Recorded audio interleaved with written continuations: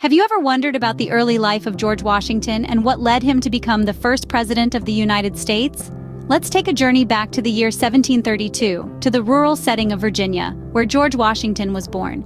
Raised by his father, a tobacco planter, and his mother, a woman of strong character, Washington's upbringing was modest, yet meaningful.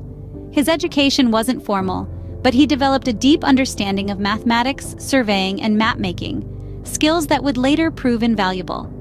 And it wasn't long before he was thrust into the military, playing a significant role in the French and Indian War, a period of his life that taught him the harsh realities of conflict.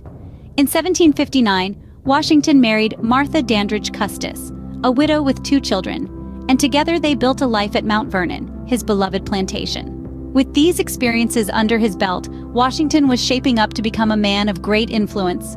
Fast forward to 1789, and Washington is unanimously elected as the first president of the United States. The promise of a new nation lay before him, a canvas waiting for the brushstrokes of his leadership. Washington, with his inherent wisdom and unyielding dedication, was instrumental in shaping the early days of the United States.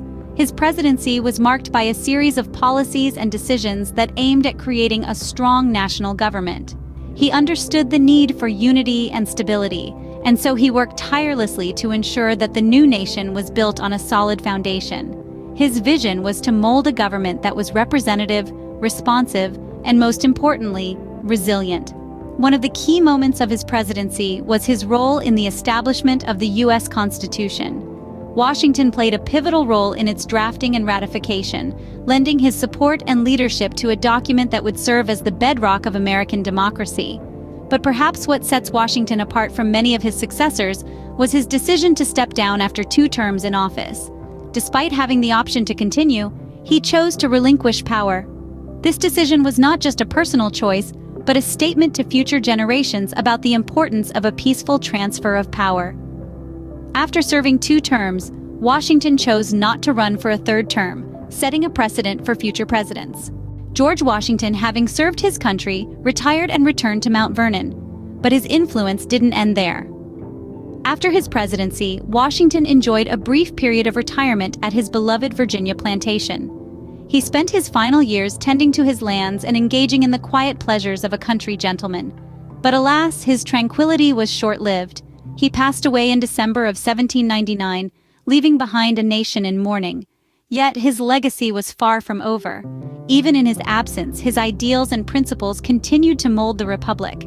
His precedent-setting 2-term presidency became a tradition that was eventually enshrined in the Constitution.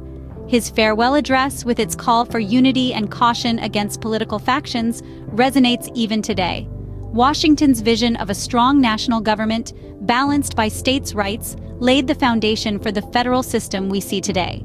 His commitment to a professional military, accountable to civilian authority, helped establish the norms of American civil-military relations. His integrity, his commitment to the public good over personal gain, and his unwavering sense of duty have served as a compass for leaders who have followed in his footsteps. He is remembered not only as the first president, but also as a symbol of the values that underpin American democracy. George Washington's legacy continues to shape the United States to this day.